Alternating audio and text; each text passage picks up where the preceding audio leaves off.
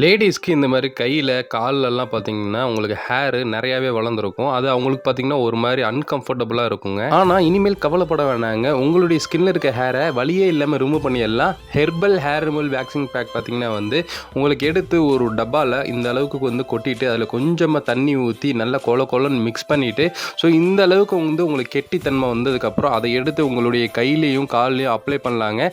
Apply பண்ணி நீங்க ஒரு 20 மினிட்ஸ் பார்த்தீங்கன்னா, அப்படியே ஊற விட்டுருங்க. அதுவே பார்த்தீங்கன்னா உங்களுக்கு ஈரெல்லாம் காய்ஞ்சதுக்கப்புறம் நல்லா ட்ரை ஆகுங்க. அந்த ட்ரை ஆகிற வரைக்கும் பார்த்தீங்கன்னா நல்லா விட்டுருங்க. கால்லையும் பார்த்தீங்கன்னா ஹேர் இந்த மாதிரி லேடிஸ்க்கு நிறைய பேத்துக்கு நிறையாவே முளைச்சிருக்கும். அது அவங்களுக்கு ஒரு மாதிரி அன்கம்ஃபர்டபுளாகவே இருக்குங்க. நீங்கள் அப்ளை பண்ணும்போது இந்த மாதிரி ஒரு ப்ரஷ் யூஸ் பண்ணிக்கோங்க. எடுத்து இந்த மாதிரி ஃபுல்லாக அப்ளை பண்ணிடுங்க. நல்லா ட்ரை ஆகணுங்க. இந்தளவுக்கு ட்ரை ஆனதுக்கப்புறம் நல்லா ஈர துணியை எடுத்து அதை ரிவர்ஸாக துடைக்கணும். அதாவது முடி கீழே டவுன் ஆகிருக்குன்னா நீங்கள் ஆப்போசிட் பொசிஷனில் நீங்கள் இழுக்கும்போது இந்த அளவுக்கு ஷைனிங்காக வலியே இல்லாமல் ஹேர் ரிமூவ் ஆயிருங்க. கால்லையும் கூட ரிமூவ் பண்ணி காமிக்கிற பாருங்க. காலில் ரிமூவ் பண்ணாலும் எந்த ஒரு பெயினும் இருக்காதுங்க. ஜீரோலெஸ் பெயின் தாங்க. இது பார்த்தீங்கன்னா 100% ஹெர்பல் ஹேர் பேக்குங்க. இதில் பச்சை பயிறு, நலங்கு மாவு, ஆரஞ்சு பழத்தோலும் சொல்லி யூஸ் பண்ணி ஆர்கானிக்காக கொடுத்துட்டு இருக்காங்க. வேணும்னா மேலே இருக்க நம்பரை கான்டாக்ட் பண்ணிக்கங்க. நீங்களே பிஃபோர் ஆஃப்டர் ரிசல்ட் லைவாக பார்த்துட்டு இருக்கீங்க. மிஸ் பண்ணாமல் வாங்கி